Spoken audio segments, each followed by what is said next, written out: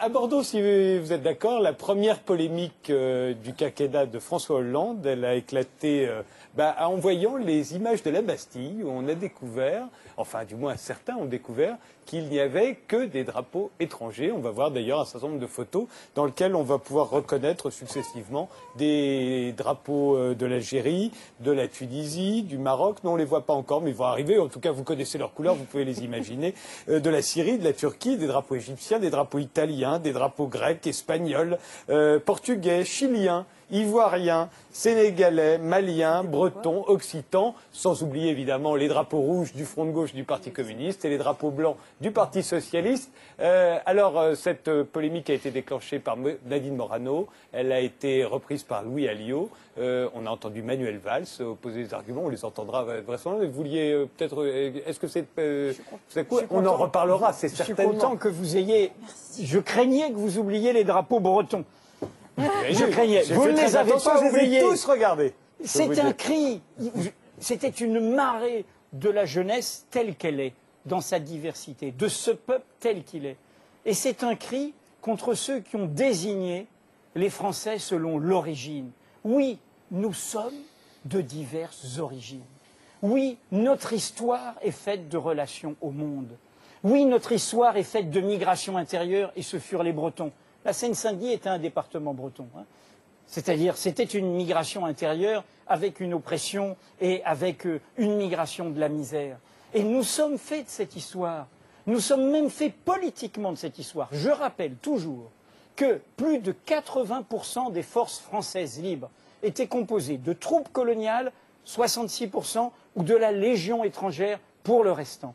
C'est-à-dire que notre histoire républicaine a été fondée dans un rapport au monde. Donc ces jeunes, ils n'étaient pas là en train de dire, comme une provocation, le drapeau algérien, etc.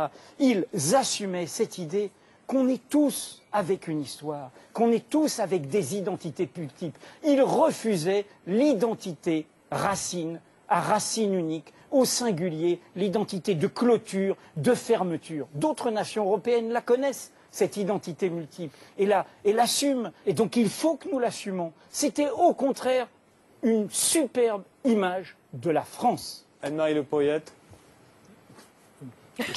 Comme j'ai pas été demandé aux gens pourquoi ils brandissaient des drapeaux. Donc, ne connaissant pas leur motivation profonde, j'éviterai tout commentaire. Non, Dominique. Je n'avais pas de drapeau breton et d'ailleurs j'étais pas la Bastille. Une petite remarque, la première armée de l'âtre comprenait une moitié, 50% de pieds noirs, 20 classes de pieds noirs avaient été mobilisées, il ne faut peut-être pas l'oublier. Bon. Mais pour en revenir à ce qui vient de se passer, moi je trouve ça très intéressant, il faut voir en face le pays où l'on habite. Cela prouve, s'il était besoin, qu'il y a beaucoup d'étrangers en France qui se rappellent leurs racines. C'est des Français. Attendez, je peux c'est pas des étrangers. Pourquoi des Non, mais pourquoi vous leur dites c'est des étrangers? Je peux finir ma phrase? Est-ce que je peux finir ma phrase? Oui, bien sûr. Bien sûr. Ça rappelle, si besoin était, qu'il y a beaucoup d'étrangers en France et qu'il y a également beaucoup de Français d'origine étrangère qui se souviennent de leurs racines. Voilà, c'est tout. Donc c'est une image de la France qui correspond à ce qu'est la France. Et nous constatons tous les jours en France qu'il y a beaucoup d'immigrés, dont les uns sont devenus français et dont les autres ne le sont pas. Il n'y a pas de quoi déployer un tel enthousiasme. C'est la photographie de la France, c'est tout. Mais qu'on a discriminé, là, dans cette campagne. Je ne les condamne pas non plus. Mais ça reflète la France, effectivement, qu'on vienne brandir des drapeaux turcs, tunisiens, sénégalais, ivoiriens, malgaches, tout ce que vous voulez. Cette image m'a rassurée. Enfin, je trouve ça réjouissant. Et moi, c'est la France que j'aime, ça. Oui. Parce que quand j'ai vu, par exemple, le meeting à la Concorde, non, c'était au Trocadéro, le 1er mai. Il y avait que des Français. Non, c'est pas ça, mais tous ces drapeaux français, moi j'ai un peu flippé. Ah oui, ça faisait mal et ça faisait peur. Ah oui. Non, mais. Si. Tous ces drapeaux français en France. Tout ça avait un côté un peu C'était antipathique. Et puis cette espèce de minorité. C'est pas ça qu'elle veut dire. C'est pas ça que je veux dire. Le drapeau français est magnifique, la Marseillaise est magnifique. Ne vous faites pas stupide. Mais non, ça me rassure parce que c'était l'orchestration. Non, laissez-la parler, ce sera plus simple. Vous pouvez faire parler une minorité, s'il vous plaît. Non, tout ça semblait quand même l'orchestration. Le 1er mai au Trocadéro, tout était millimétré, comme vous savez faire ces derniers temps. La gauche a aussi ramené un petit peu cette histoire du drapeau, notamment avec Ségolène Royal. Donc là, c'était très joli. Et puis, le monde vous regarde quand on dit la France n'est pas n'importe quel pays, etc. Par exemple, l'Afrique.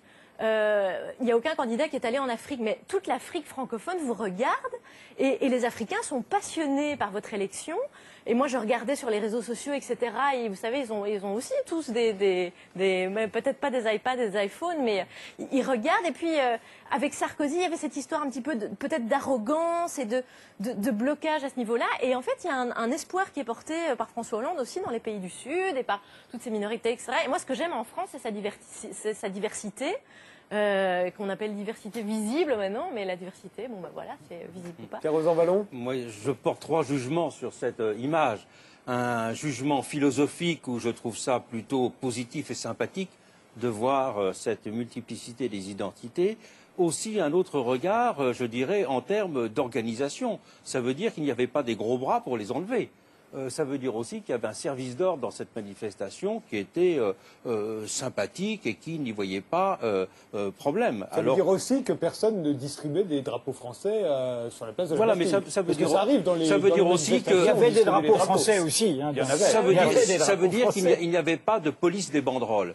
Et puis la troisième leçon que j'en tire, parce que ça je l'ai vu à la manifestation syndicale du 1er mai. Ce qui m'a frappé à la manifestation syndicale du 1er mai, c'est de voir qu'il y avait beaucoup de petits groupes de toute origine. Il y avait même, à la place d'Enfer Rochereau, je suis tombé sur 2 camions avec une 50aine de personnes avec des slogans « Libérez Laurent Gbagbo ». Je leur dis, mais qu'est-ce que vous faites à la manifestation syndicale? Il me dit, mais il y a vachement de monde, on se fait voir. Bon, donc je crois aussi qu'il y a une logique de com aussi. Il y a du monde, il y a des télés, et donc on essaie de se manifester.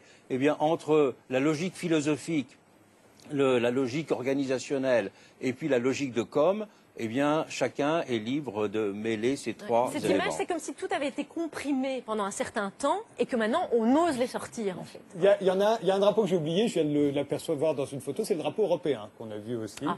Je l'avais pas mis dans mon Mais énumération. comprimé, notre ami a entièrement raison, parce que quand même, il faut sentir ce qu'ont vécu nos compatriotes d'origine étrangère, d'identité dite arabe, de culture, parce que c'est pas qu'une religion musulmane, et ou pratiquant l'islam pour une minorité d'entre eux, qui se sont sentis désignés, discriminés. Vous vous rendez compte quand même, un grand pays qui fait 15 jours de campagne électorale sur la viande halal, et une autre semaine, à l'initiative du candidat sortant, sur le permis de conduire.